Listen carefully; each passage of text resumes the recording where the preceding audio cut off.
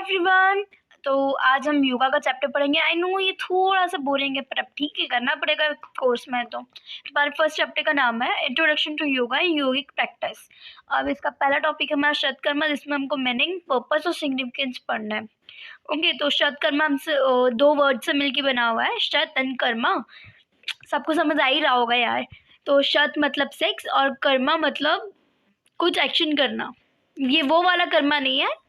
Okay, Karma मतलब action, कर्म से बोल सकते हो आप। ये जो होता है ये क्लीनिंग टेक्निक्स होती हैं, इन्हें हम क्रियाज और शतक्रियाज भी बोलते हैं। अब ये जो होती है क्लीनिंग टेक्निक्स, ये आपके रेस्पिरेटरी सिस्टम को, डाइजेस्टिव सिस्टम को, एक्सक्रीटरी सिस्टम को क्लीन करने के लिए काम आती है। अब ये टोटल 6 होती हैं, इसलिए इसे शतकर्मा नाम दिया गया है। और इनकी जो टाइप्स होते हैं अब हम वो पढ़ते हैं। कपालभाति, कपालभाति आप लोगों ने, बहुत लोगों ने किया भी होगा, आप लोगों के पेरेंट्स भी करते होंगे। Kapalbhati purification of foetal lobes and lungs.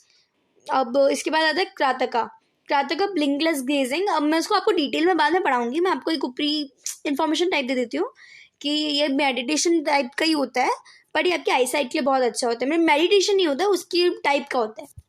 अब आएगा नीति, नीति मतलब नसल क्लिनजिंग। अब आप इससे एन से याद रख सकते हो, एन फॉर नीति, एन फॉर नोज, तो ये नसल क्लिनजिंग के लिए होता है। धोती, धोती आपके डाइजेस्टिव ट्रैक्ट के लिए और स्टमक के लिए होता है, तो ये भी आप डी से याद कर सकते हो, एज अ शॉर्ट ट्रैक बोल सकते हो आप।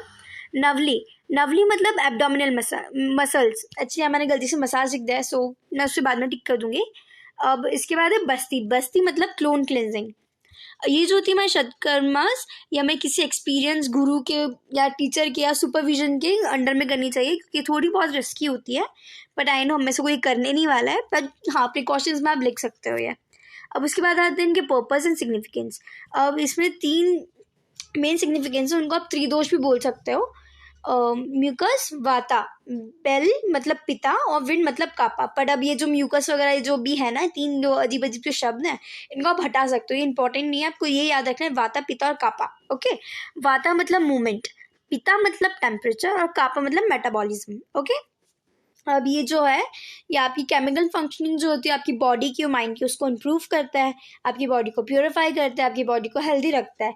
और जो आपकी बॉडी में टॉक्सिन्स होता है ना थोड़े बहुत, जिसके कारण आपका पेट दुखता है और वगैरह वगैरह, उसको भी क्लीन करता है। अब इसकी जो होती है ये कंट्रीब्यूट करता है इंटरनल स्ट्रेंथ में, जैसे कि आपका रेस्पिरेटरी सिस्टम हो गया, ब्लड सर्कुलेशन हो गया, इम्यून सिस्टम हो गया, उन सबको अच्छा करने में, उनको इम्प्रूव करने में आपकी हेल्प करता है। अब जो हमने ऊपर शतकर्मास पढ़े थे वो कर देखते हैं। कपालभाति, कपालभाति आप सब जानते हैं, हमारे घर में हमारे पेरेंट्स भी करते हैं और हमें भी बोला जाता है करने के लिए, लेकिन हम करते नहीं, वो बात अलग है।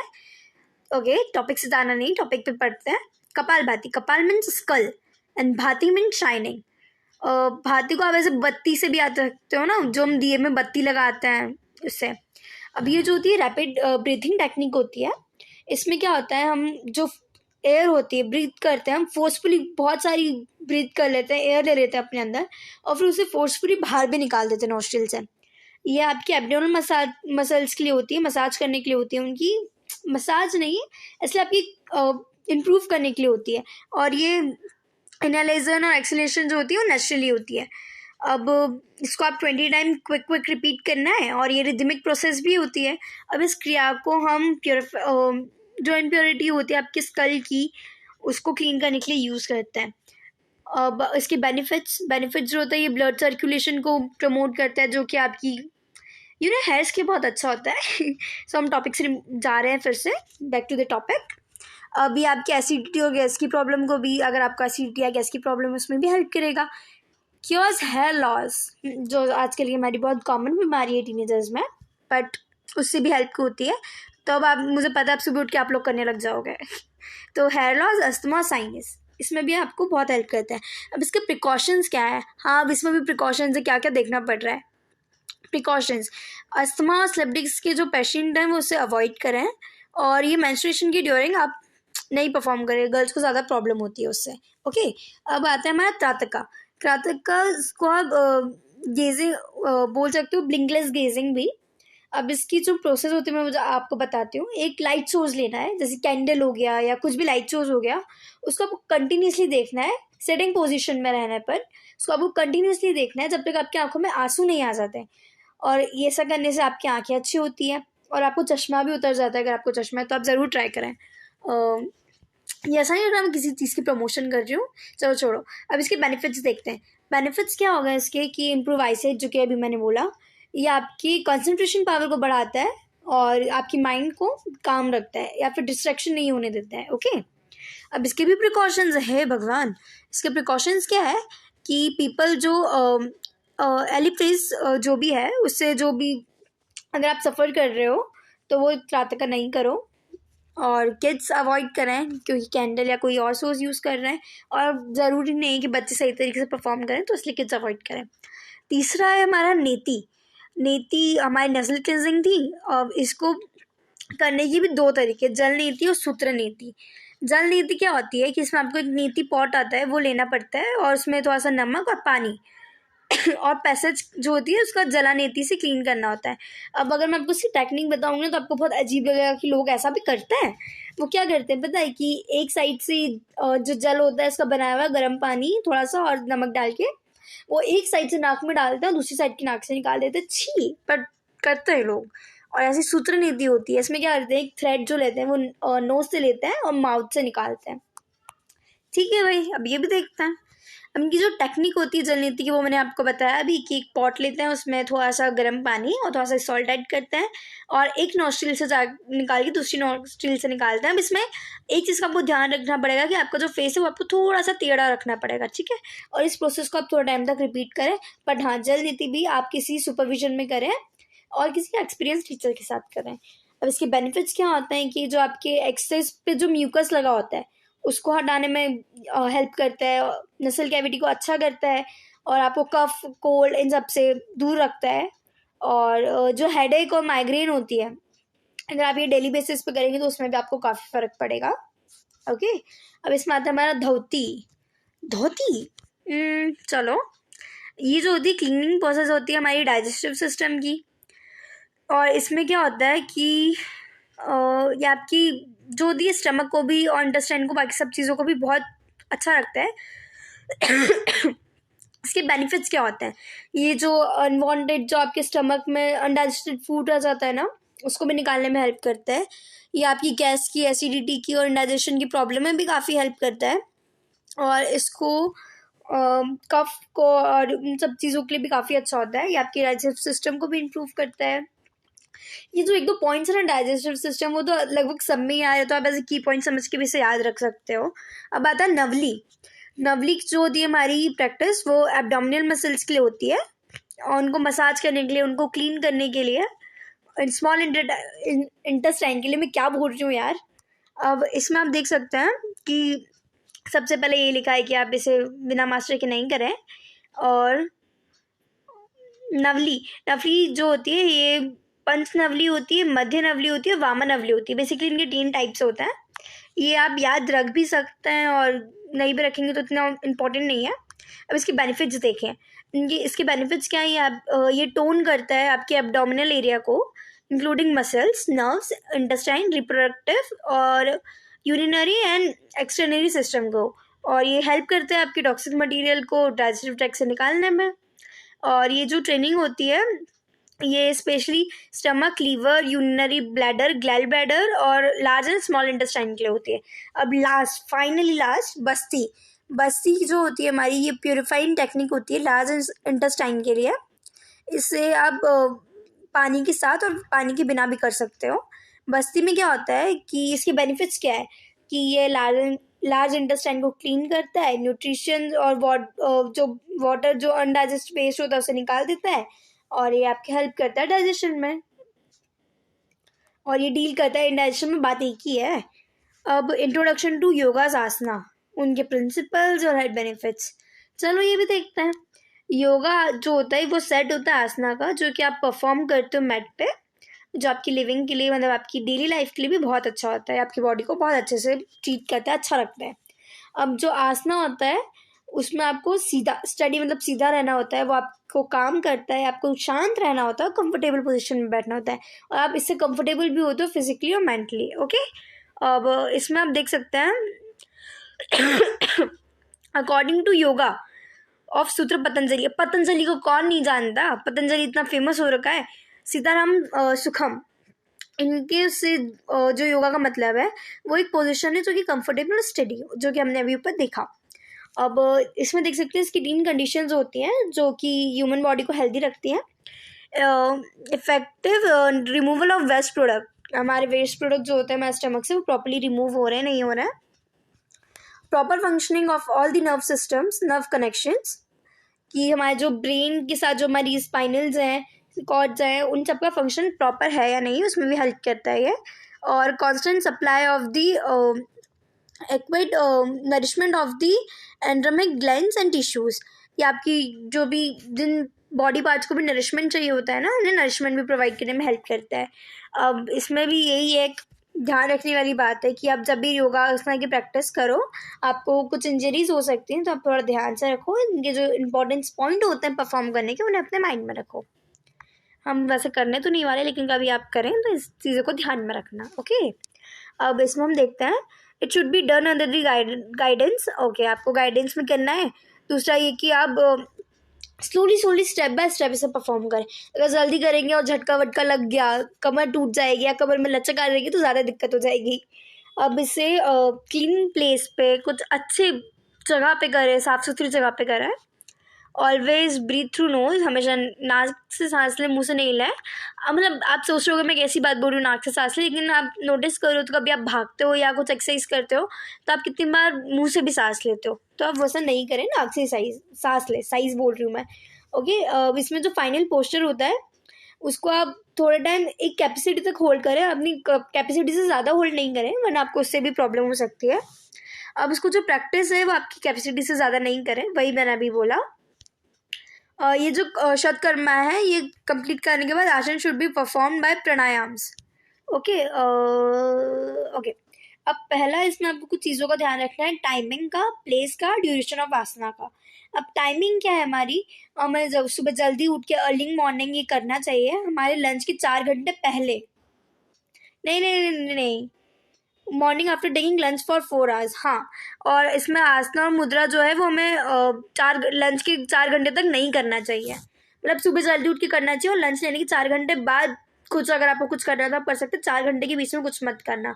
इसमें जो प्लेस होती है आसना की उसे क्लीन, वेंटिलेटेड, ओपन एरिया उसमें करना, और आर्टिफिशियल जगह को अवॉइड करना, मतलब गंदी जगह है उन्हें अवॉइड करना। अब ड्यूरेशन ऑफ आसनास, अब ये डिपेंड करता है पर्सन की कैपेसिटी पे।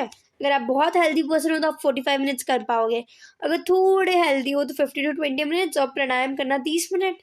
ओके, रेस्ट्रिक्ट कंडीशंस और when you are not perform asana, इसमें भी कुछ प्रिकॉशंस बोल सकते हो कि कब आपको करना है कब नहीं करना।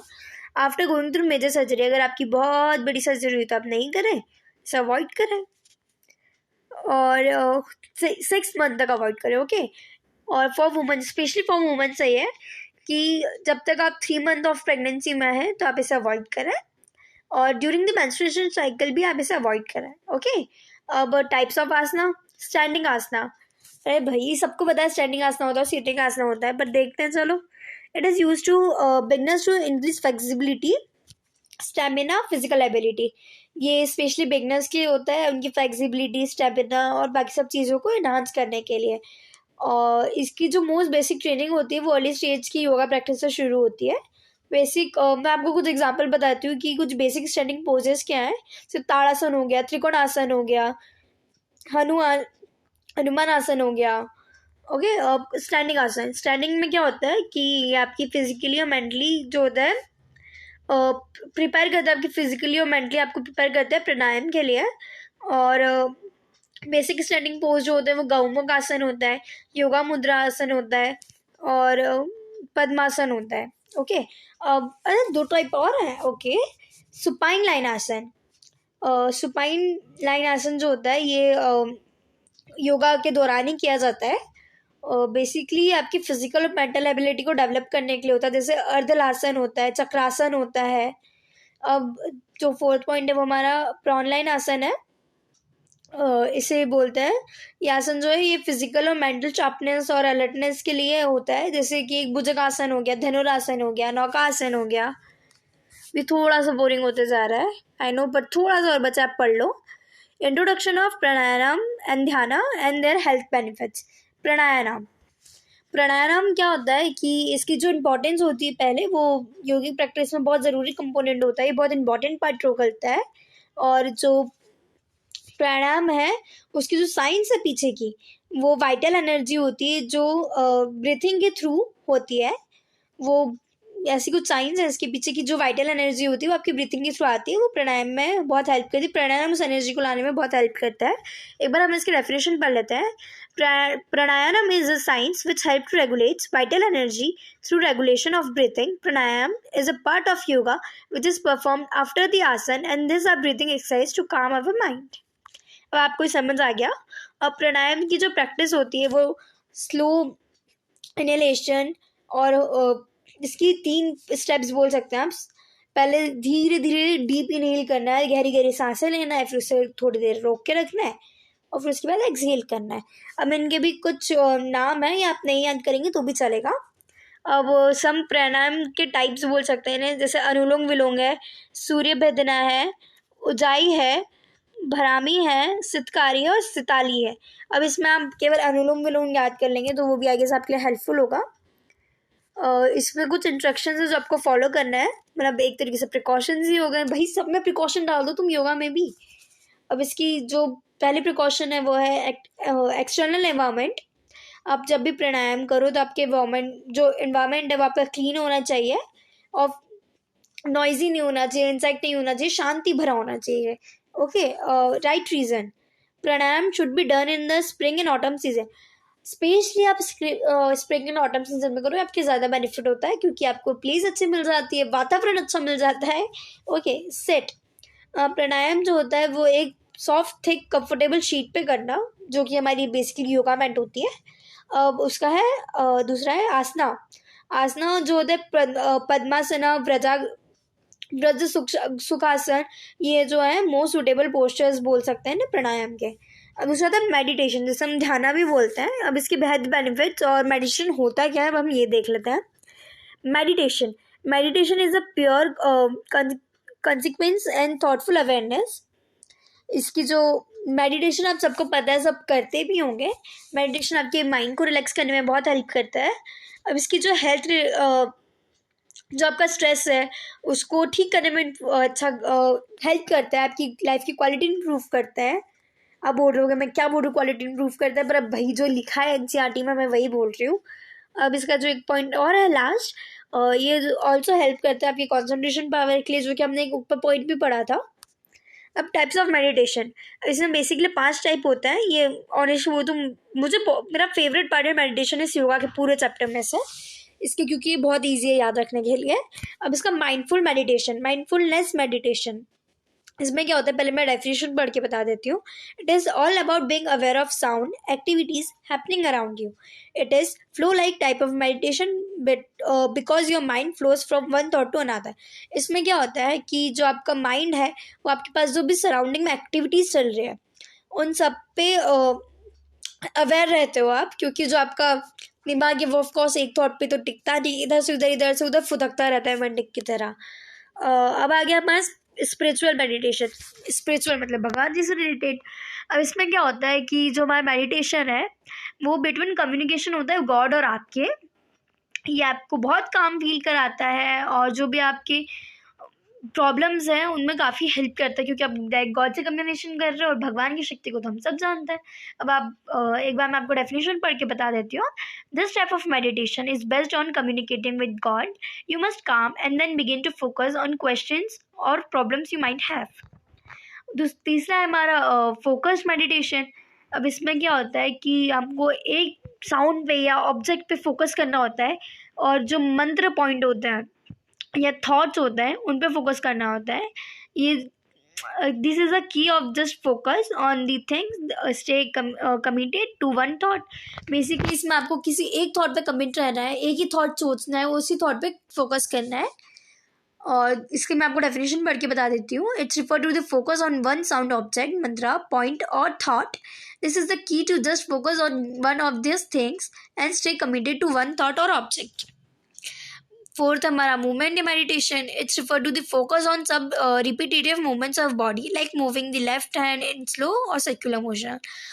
वो जो हम हाथ पैर की एक्सरसाइज नहीं करते हैं, कभी सर्कुलर मोशन में घुमाते हैं, कभी स्लोली घुमाते हैं, उससे रिलेटेड होती है ये। और फिफ्थ वाली मंत्र मेडिटेशन, कभी नाम सुना है कि मंत्रों का भी मेडिटेशन होगा, पर अब है, चलो देखते हैं।